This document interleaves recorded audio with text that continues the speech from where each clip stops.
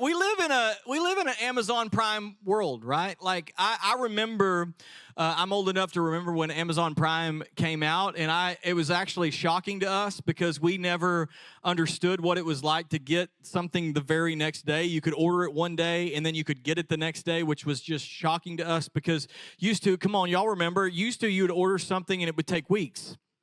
It just took weeks. Like it was like to get something the very next day was absolutely unheard of. And so, or you paid $850 to have it shipped to your house the next day. Like it was so expensive. And so Amazon, I remember I was like, this is crazy to me. And now then it's just become part of our world. Like it's something that we're so used to that we expect it to come to us. Like if I order it today, like now then sometimes I'll order something and I'll get to checkout and they'll say, that'll be $7.99 for shipping. I'm like, not ordering it anymore. Like it should be free to me. Like it should be to me the next day, and it should be 100% free. Why, right? We live in this microwave generation. We want everything right here and right now. We walk up to doors and we expect doors to open to us, right? Like I shouldn't have to open the door. It should open for me. I actually was at a public place the other day, and I was washing my hands, and I held my hand underneath the soap, and I kept holding it under the soap, and I was like waving it, and then I realized, there's a pump on it. Like, what kind of world am I living in where it doesn't just give me the soap, right? Like I expect everything to come to me instantaneously. Now then, Amazon asks this question when you go to check out, would you like to save on boxes and delay your shipment? No.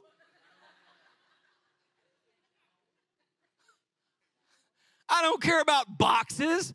Send me the product. I need it tomorrow. Like, why would I delay? Why would I wait for something that I could have tomorrow until Tuesday? Like, that's absolutely crazy to us because now then we expect everything to come to us instantaneously. And I think this kind of mindset transfers over into our Christian walk. Because we're really good at ordering things from God, but we're not very good at waiting on things from God.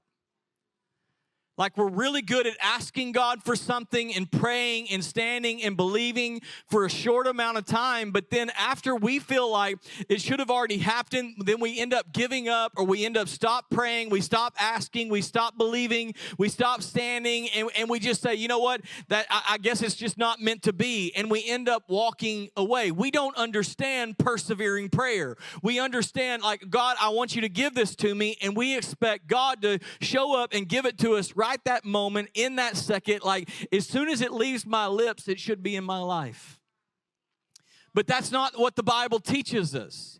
Like there are times that does happen. I have seen people instantaneously healed, and there's sometimes that God shows up and moves, and in an instant it happens in my life. But sometimes, more often than not, it comes with patience.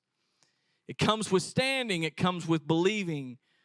It comes with not giving up.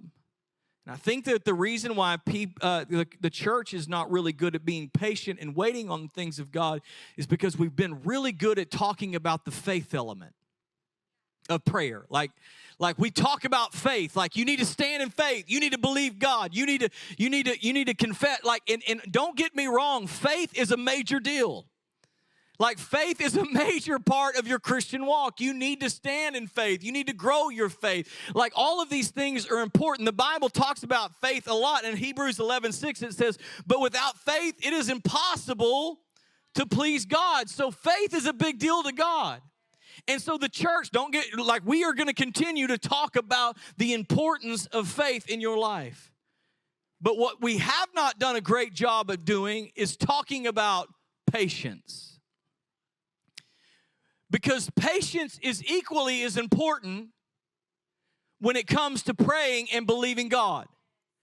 Like it's realizing that God, I'm going to believe God, and I'm going to stand, and I'm going to be patient, and I'm going to wait for you. I'm not going to give up, and I'm not going to throw in the towel. With faith and patience, we inherit the promise. Notice it doesn't just say with faith, you inherit the promise.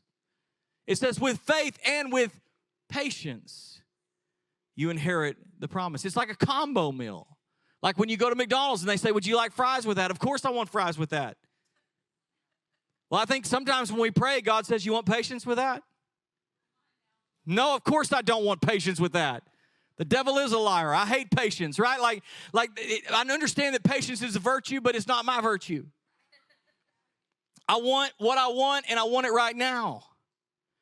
And I think that I have learned in my life, like we are almost 10 years old as a church, and I have learned, especially in this season of my life as a pastor of this church, I've learned that it's a lot of being patient and waiting.